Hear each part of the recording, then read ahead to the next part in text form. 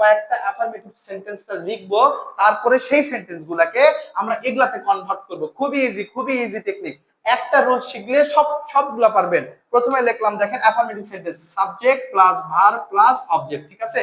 এই সেন্টেন্সের ভিতরে কোনো রকমের নেগেটিভ নট থাকবে না, কোনো রকমের অক্সিলারি ভার্ব সেন্টেন্সের সামনে আসবে না, এই স্ট্রাকচারে থাকবে। আমি লিখলাম আই ইট রাইস, তারপর লিখলাম I play, I eat rice, play I play football, football.